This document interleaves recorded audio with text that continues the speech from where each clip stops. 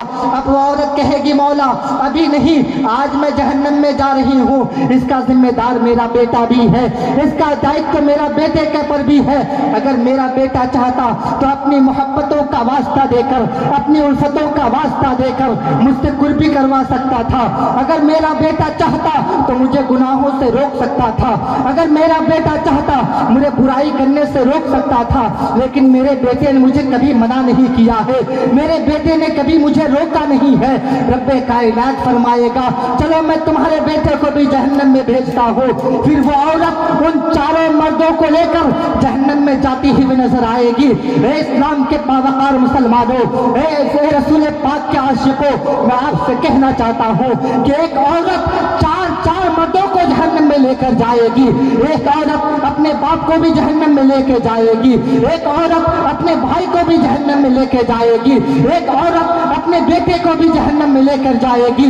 ایک عورت اپنے بھائی کو بھی جہنم میں لے کر جائے گی۔ اے اپنی بہنوں کے نام پر ڈی جے بجانے والوں، اے اپنی بیٹیوں کی محبت پہ ڈی جے بجانے والوں، میں آپ سے پوچھنا چاہتا ہوں جب قیامت کا میدان آئے گا آپ کی بیٹی آپ کو نہیں پہچانے گی، آپ کی بہن آپ کو نہیں پہچانے گی، آپ کی بیوی آپ کو نہیں پہچانے گی، آپ کی ماں آپ کو نہیں پہچانے گی۔ جن عورتوں کی محبت میں تم نے دنیا میں گناہ کیا تھا، جن عورتوں کی محبت میں آ کر تم نے گناہوں کے اڈے کو اپنے گھر میں سجا لیا تھا، وہی عورتیں اپنے دامن میں باندھ کر تم سب کو جہنم میں لے کر جائے گی۔ بجاتے ہو آج ہم سے آج ہم ڈی جے نہ بجاؤ، کہتے میری بیٹی رو رہی ہے، میری بہن رو رہی ہے، میری بیوی رو رہی ہے، میری ماں الگ ناراض ہے۔ میں آپ سے پوچھنا چاہتا ہوں جب قیامت کا میدان آئے گا کوئی پرسان حال نہ ہوگا، کوئی پوچھنے والا نہیں ہوگا، کوئی کھوج خبر لینے والا نہیں ہوگا۔ اگر ماں کے پاس جائیں گے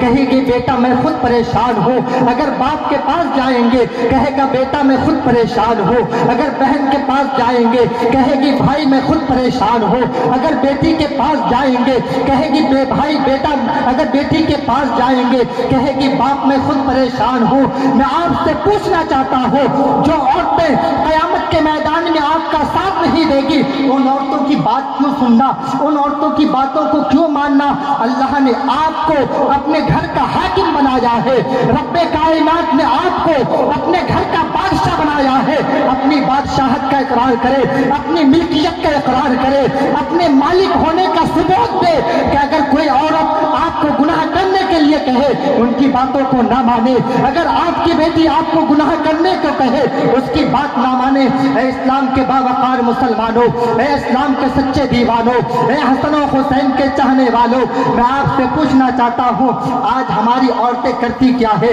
آج ہماری عورتوں کا حال کیا ہے؟ اپنے سر پہ دوپٹہ نہیں ہے، اپنے کاندھے پر دوپٹہ نہیں ہے، اپنے جسم پر اپنی عزت کو حفاظت کرنے کے لیے صحیح طور پر کپڑے نہیں پہنتے۔ میں آپ سے پوچھنا چاہتا ہوں جس وقت آپ اور راستوں سے گزرتے ہیں غیر مرد اور غیر مردوں کی نگاہیں آپ پر پڑتی ہے، غیر مردوں کی نظریں آپ پر پڑتی ہے، جب غیر مردوں کی نگاہیں، جب غیر محرم کی نگاہیں آپ کے اوپر پڑتی ہے اس وقت اللہ کے فرشتے بھی آپ پر لعنت بھیجتے ہیں، خود رب کائنات بھی آپ پر لعنت بھیجتا ہے، یہاں تک کہ